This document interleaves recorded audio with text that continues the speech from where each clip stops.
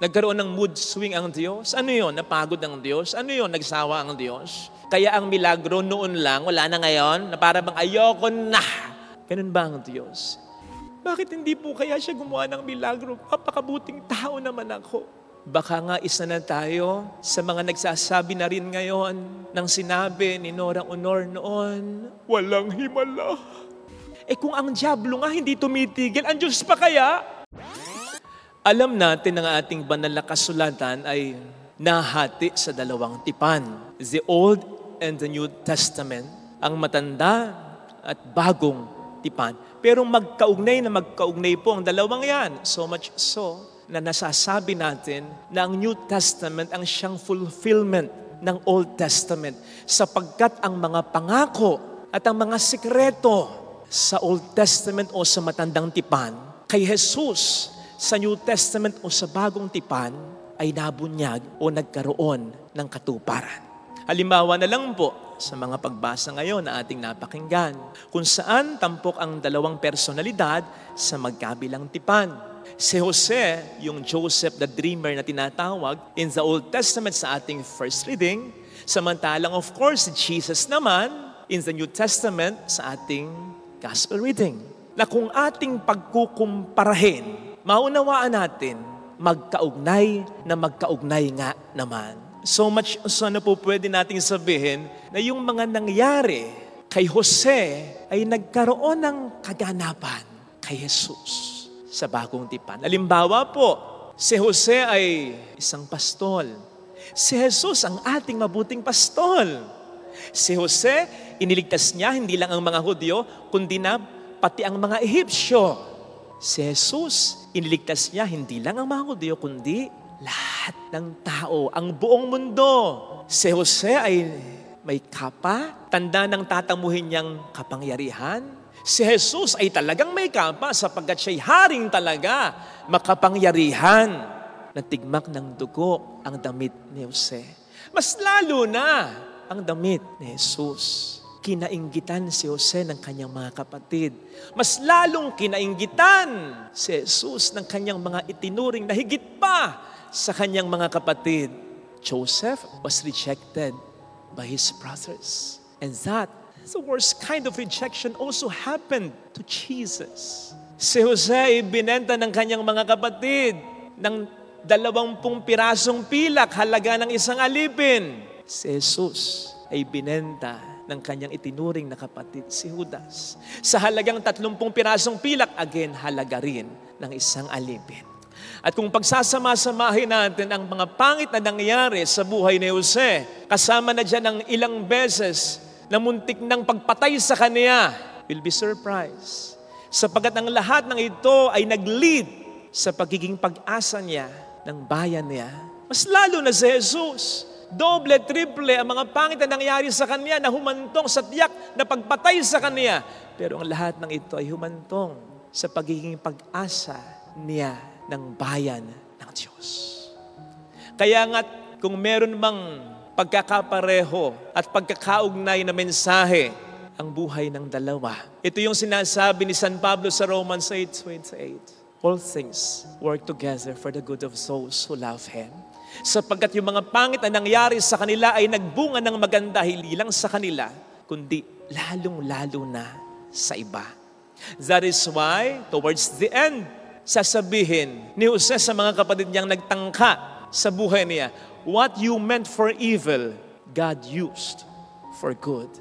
Kung papaano sasabihin naman sa Ebanghelyo ngayon patungkol sa mga naranasan ni Kristo na dinescribe sa ating talinghaga sa Ebanghelyo, si Kristo na batong tinanggihan, in the end, ang siyang naging batong panulukan.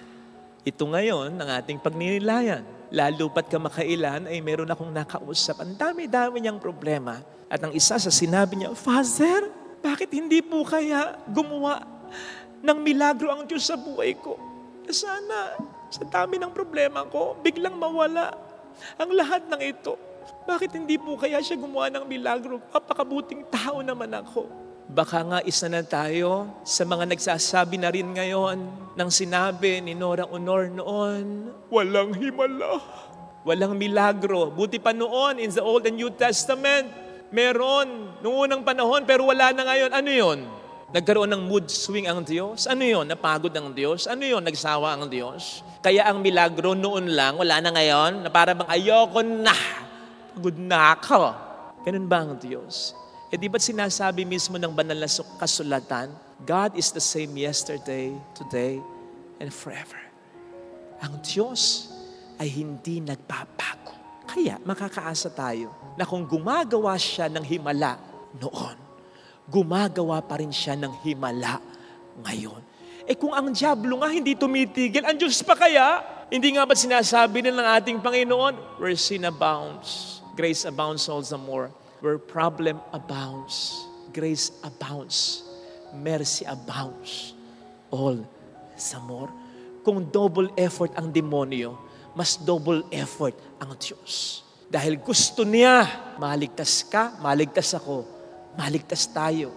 Ang sabi ko lang doon sa nakausap ko, siguro, pag sinabing milagro, may gugrupo natin at least sa dalawa ito na pwedeng asahan natin mula sa Diyos. Lalo pat kung nagpapakabuti tayo at naniniwala tayo. Ang unang klase ng milagro ay yung extraordinary, yung obvious. Ito yung hinahanap natin ng mga Pariseo kay Kristo. Magbigay ka ng tanda, magbigay ka ng milagro. Yung bang something that defies, suspends the law of nature. At tulad ng nangyari in the Old Testament, nang mahati ang dagat, nang umulan ng tinapay, katulad ng ginawa ni Jesus na nagpapagaling anuman ang kahit anong malalang karamdaman. Yung pagpaparami niya ng iilang tinapay at isda para pakanin ng libo-libo. Yung pagbuhay niya ng patay, ay bongga yan. Talagang milagro yan. Dahil Diyos lamang ang makagagawa niyan. So yun ang una. Pero come to think of it, kahit titingnan po natin sa banal na kasulatan, hindi naman yun ang usual na ginagawa ng Diyos. Hindi laging ganun.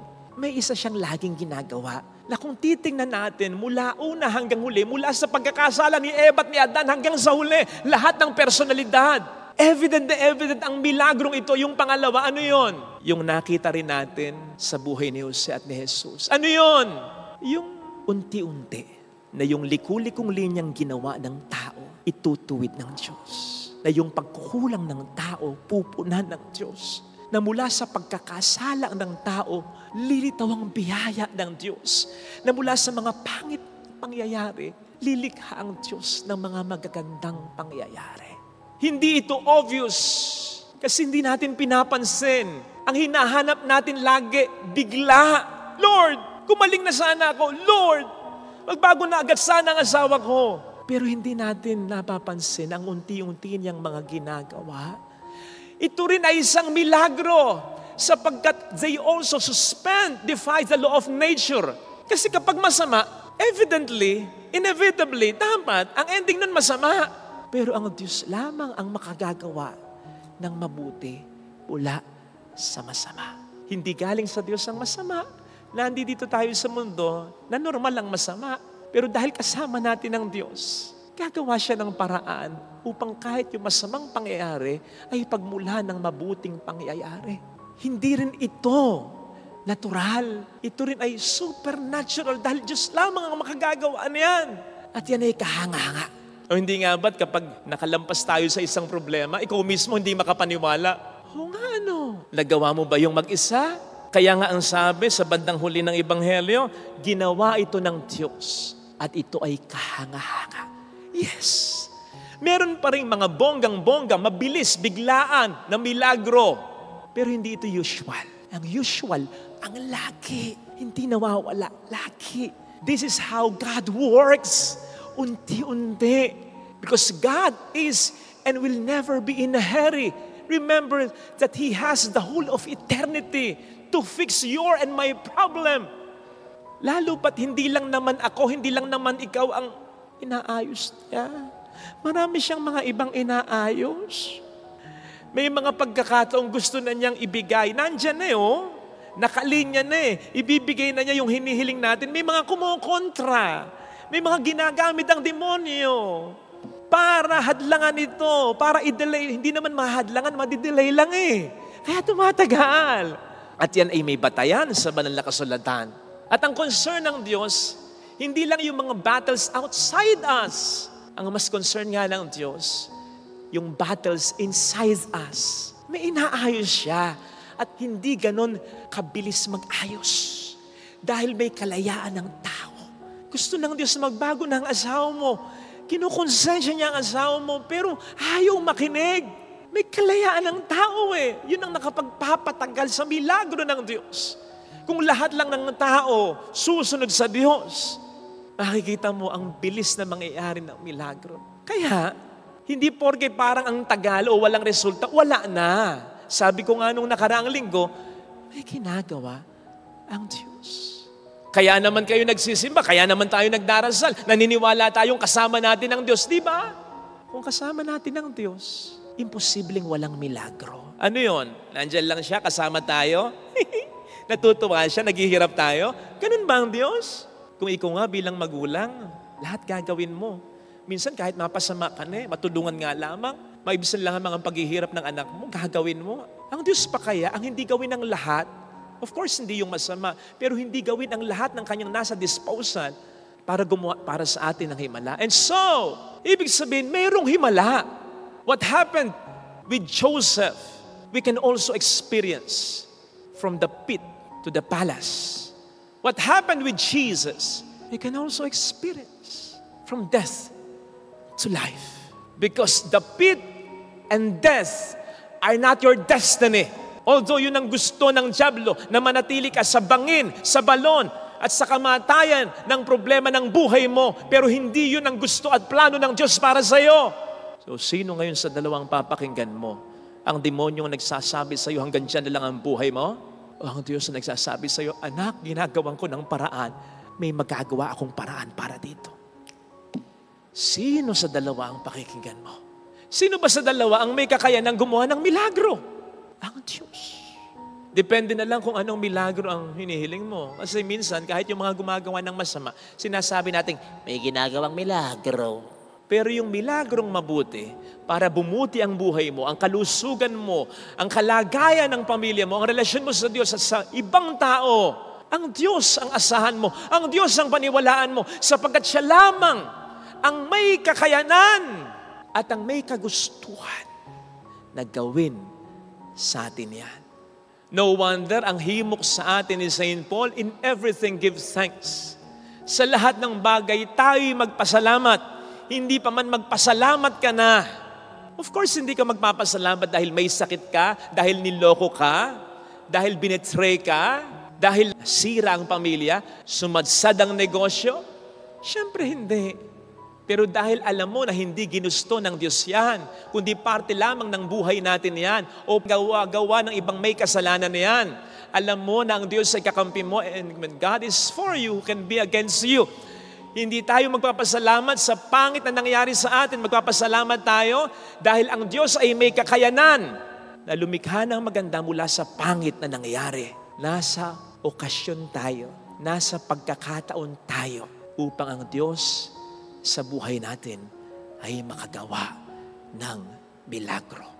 Na kapag naranasan mo at nakalampas ka na sa problema mo, mas paniniwalaan mo, mahal mo nga akong totoo, makapangyarihan ka nga ng totoo. At hindi lang ikaw ang magsasabi nun, pati ang ibang tao.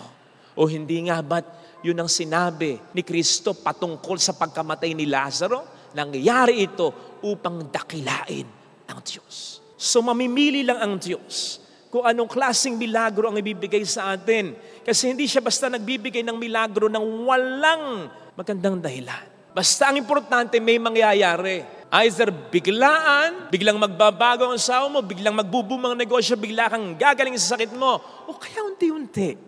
At kapag unti-unti, may nangyayaring milagro na hindi lang sa buhay mo, kundi sa buhay din ng ibang tao.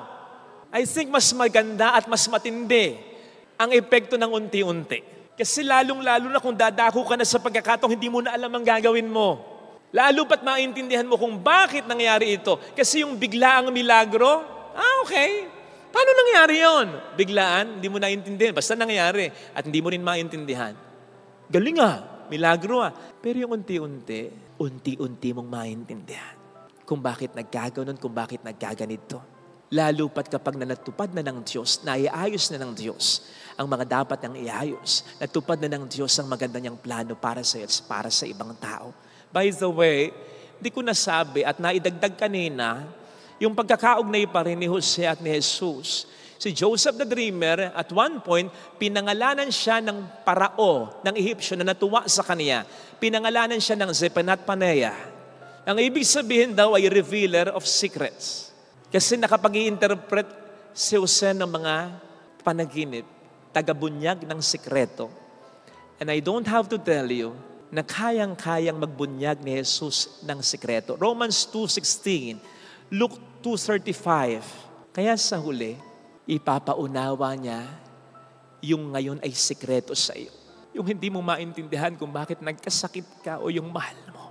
Yung sikreto pa rin para sa iyo kung bakit di ka magkaanak. Yung sekreto pa rin para sa iyo na bakit namamayagpag yung masama? Wala ka namang ginagawang masama. At bakit nagiging biktima ka ng namamayagpag na masama?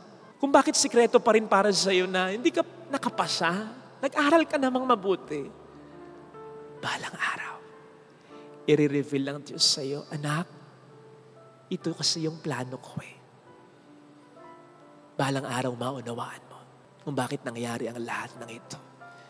Hindi ko basta tiniis yung paghihirap mo nang wala akong magandang binalak para sa pamilya mo.